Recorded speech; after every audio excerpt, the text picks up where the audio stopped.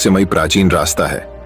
उसी रास्ते के बारे में हम आज कहानियों के माध्यम से जानेंगे।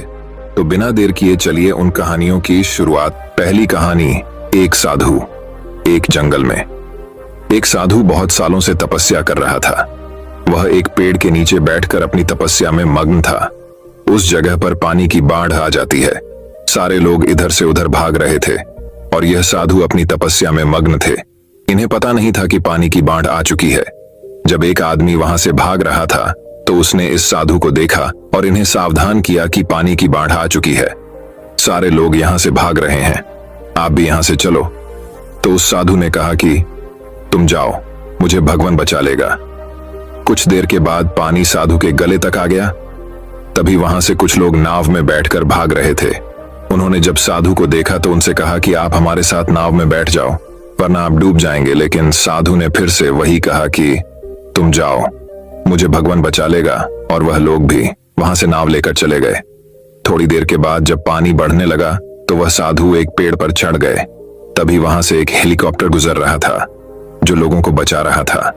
जब उन्होंने इस साधु को देखा तो साधु की तरफ रस्सी फेंकी और उन्हें ऊपर आने को कहा। लेकिन साधु ने फिर से वही कहा कि तुम जाओ, मुझे भगवान बचा लेगा। और वह हेलीकॉप्टर वाले भी वहां से चले गए। धीरे धीरे पानी बढ़ने लगा और वह साधु पानी में डूबकर ही मर गया। जब वो मरने के बाद भगवान के पास पहुंचा तो उसने भगवान से कहा कि मैंने आपकी इतनी तपस्या की, इतना आपको रात दिन याद किया, आपने मुझे बचाया क्यों नहीं? तो भगवान ने कहा, अरे बेवकूफ, तुझे बचाने के लिए 3 बार मैंने ही तो उन तीनों इंसानों को भेजा था। एक बार पैदल, दूसरी बार नाव लेकर और तीसरे बार हेलीकॉप्टर लेकर।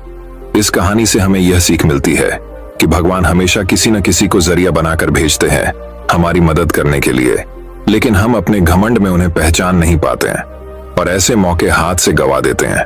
तो दोस्तों चलिए अब हमारे और भी ढेर सारी स्टोरी सुनने के लिए आप हमें लाइक करें, कमेंट करें, शेयर करें एंड सब्सक्राइब करें।